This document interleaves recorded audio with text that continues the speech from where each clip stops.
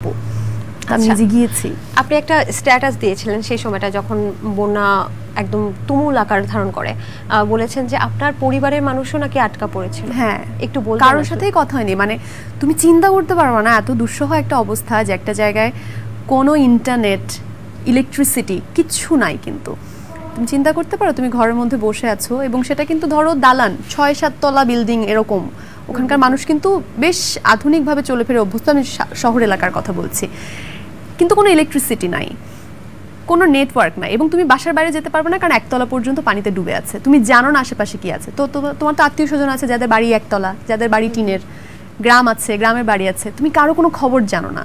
এবং আমার নিজের কাজিন হচ্ছে সে দেশের বাইরে থাকে আর ওর বাবা মা ওরা দোতলায়, তো ওরা দোতলা পর্যন্ত আছে আমরা জানি। শেষ কথা হয়েছে যখন, তখন একটু বলতে পেরেছে যে পানি একতলা থেকে বেড়ে যাচ্ছে, একতলা পর্যন্ত ডুবে গেছে। এরপর থেকে আর কোনোভাবে যোগাযোগ করা সম্ভব হচ্ছে না। এবং জায়গাটা এমন একটা জায়গায়, বাংলা বাজার, ওখানে আমার যত ভলান্টিয়ার পরিচিত আছে আমি কাউকে পাঠাতে পারছি না কারণ এত স্রোত, নৌকায় যেতে পারছে না, নৌকা ছাড়া তো যাওয়া সম্ভব না। ছাগলনাইয়ার ওদিকে, ছাগলনাইয়া বাংলা বাজার, ছাগলনাইয়ার মধ্যে আর কি। কোনো রকম খবর নেওয়াই সম্ভব না, পানি কি বাড়ছে নাকি কমছে, মানে তো এই অবস্থা, এই পরিস্থিতি তো সবার ছিল। তবু আমার তো একটা ছিল যে আচ্ছা ওনাদের ওখানে দোতলা আছে, দোতলা ডুবে গেলেও 3 তলা মানে ছাদের উপর উঠতে পারবে, অ্যাটলিস্ট বেঁচে থাকবে। মানে যদি আমি আশা করছিলাম যে দোতলা পর্যন্ত ডুববে না, এতটা হবে না। কিন্তু খাবার ছাড়া কিভাবে বেঁচে থাকবে, এটাও তো একটা টেনশনের ব্যাপার। হ্যাঁ, মানে এটা আনবিলিভেবল। এটা যারা দেখেছে আর যাদের টিনের বাড়ি ঘর যেটা চলে গেছে, মানে এখন তো অনেকের বাড়ি ঘর নাই, এখনো শত শত হাজার হাজার মানুষ আশ্রয় কেন্দ্রে আছে এবং হসপিটালে লড়ছে, বাচ্চাদের নিউমোনিয়া হচ্ছে, আইসিইউতে ভর্তি বাচ্চা লড়ছে, এরকম অসংখ্য সিন আছে। পুনর্বাসনের জন্য যারা কাজ করছে তারা হিমশিম খাচ্ছে ডেটা কালেক্ট করতে, বাট চেষ্টা করে যাচ্ছে মানুষ, এটা হলো আশার কথা। তাও মনে হয় মানুষ, স্বেচ্ছাসেবক এরা হচ্ছে থাকাটা মানে আমাদের অনেক বড় একটা শক্তি, সাহস। সেই সাথে প্রশাসনকে অনেক বেশি শক্ত একটা ভূমিকা পালন করতে হবে যাতে এই যে হাজার হাজার মানুষের কোটি কোটি টাকা তারা দিয়েছে, এই যে তুমি তো বললে যে রিক্সাওয়ালা 22,000 দিয়েছে, একজন মহিলা কানের দুল খুলে দিয়েছে, একজন ভিক্ষুক 10-20 টাকা দিয়ে যাচ্ছে তার, তো এটা যাতে আসলে সাহায্য যাদের দরকার তাদের কাছে যাতে সবার কাছে পৌঁছায় ঠিক মতো।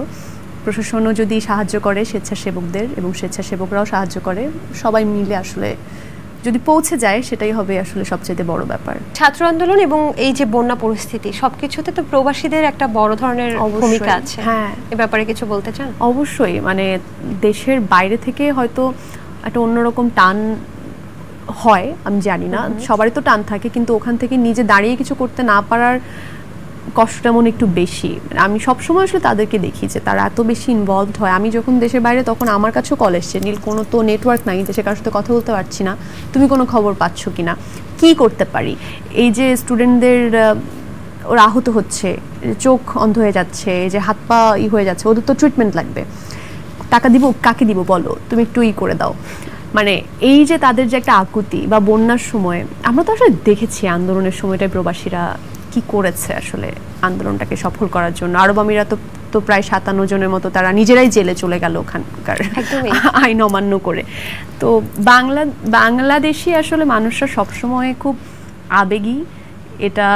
এটা যেমন আমরা অনেক সময় হুজুগে বাঙালি বলে নেগেটিভ অর্থেও বলি, যে একটা কিছু পেলেই হলো ছোটে ওটার পেছনে আবেগী জাতি বলে। আপনি কি বুঝতে পারছেন মানে বাঙালি মানুষ কি পরিমাণ আবেগী এবং কি পরিমাণ সহজ সরল? এই যে আপনি বললেন যে আরব আমিরাতে যারা হচ্ছে শুধুমাত্র স্টুডেন্টদের উপর যেন গুলি না চালানো হয়, অন্যায়ভাবে তাদেরকে যেন না মারা হয়, সেই কারণে তারা একসাথে সংঘবদ্ধ হয়ে আন্দোলন করা শুরু করেছিল। ওখান থেকেই তারা আন্দোলন করছে এবং সেটার ফলশ্রুতিতে কি হয়েছে, তারা আরব আমিরাত, ইউএস এর প্রত্যেকটা স্টেটে, সুইজারল্যান্ড, সুইডেন, এভরিওয়্যার 10 জন থাকলে 10 জন দাঁড়িয়েছে, 100 জন থাকলে 100 জন দাঁড়িয়েছে, মানে অন্যরকম ভাবে সাপোর্ট দিয়েছে। তো এই আবেগী বাঙালি বলেই আসলে এরকম